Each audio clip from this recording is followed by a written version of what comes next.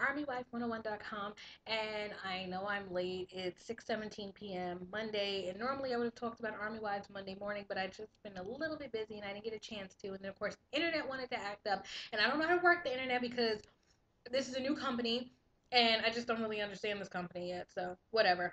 Anyway, Army Wives last night, major upset. I tried not to spoil it, but there wasn't much to spoil because guess what? They left us with another cliffhanger. Yeah, I know.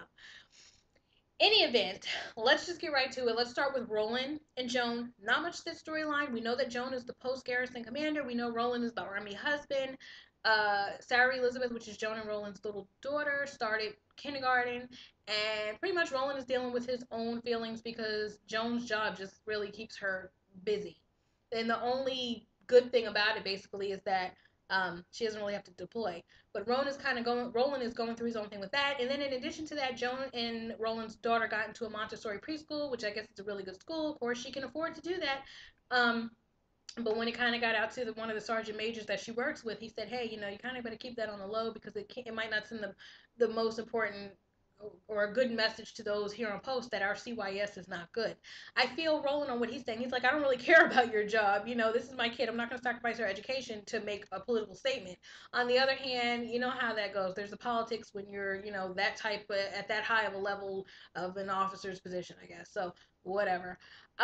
Roxy and Trevor. Trevor, I'm not really digging you. I'm still not digging you. I don't know what's going on with Trevor. I don't know if he's leaving the show. I don't know what's going on, but he just really hasn't even been around. I guess maybe that's how they're trying to make it realistic because you really don't get to talk to your husband that much. Well, some people don't when their husband's deployed, so I don't know. But all he did was write her a little quick letter. As Roxy said, basically, hi, I really don't miss you, but I want you to think I do, so I'm writing you this letter. And that's really all that's going on with them. There was no storyline there. Of course, Roxy's son, TJ, is going through his own thing, and he basically was the cause of Pamela's son's wrist getting sprained or either broken or fractured, just because he's going through this phase. So Roxy thought that was going to ruin her friendship with Pamela, but it didn't. Pamela's cool. Pamela understands. Pamela's still a cop. We didn't really see Chase. There was nothing really going on with Pamela yesterday. Not that I remember. Denise, the baby shower was the biggest thing. Not the baby shower, the wedding shower for the girl. Somebody said the girl can't act. I think she's kind of ditzy. I don't know. Something about that actress that plays the girl from whatever.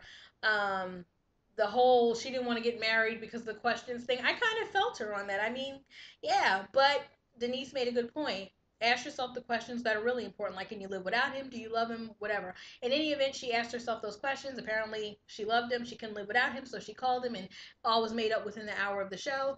Um, Claudia Joy and that professor guy told you something was up with him, but we're gonna see that they have something in common because it turned out that professor lost his daughter. That's a connection for him and Claudia because she lost Amanda, which is why if you missed that part, he was acting so weird because he was going through. It was the time of year his daughter, I guess, had passed away, and it was just going through. So I don't know where that storyline is going to go. I don't really know. Which brings us to really the end of the show, unless I missed something, which I don't think I did because everybody knows last night's show was just I don't know. Um, they're all staying out in the driveway. And of course, here's the big question: who gets killed? Is somebody really going to get killed?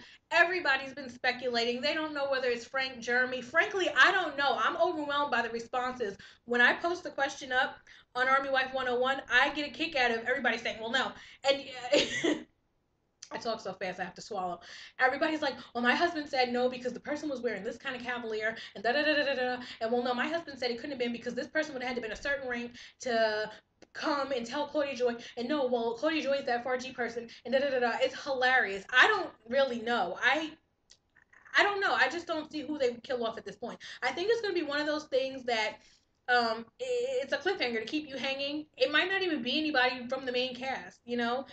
Some people are saying it's going to be Chase because he just had twins. Some people are saying it's Trevor because Trevor's now on a soap opera, which I didn't know neither nor. So we'll see. Share your thoughts. Tell me what you thought about Army Wives last night. Coming Home came on afterwards. Coming Home is coming home. I like it. I enjoy it. It's a tearjerker, but I don't have much to say about it because it's the same every week. Great homecomings.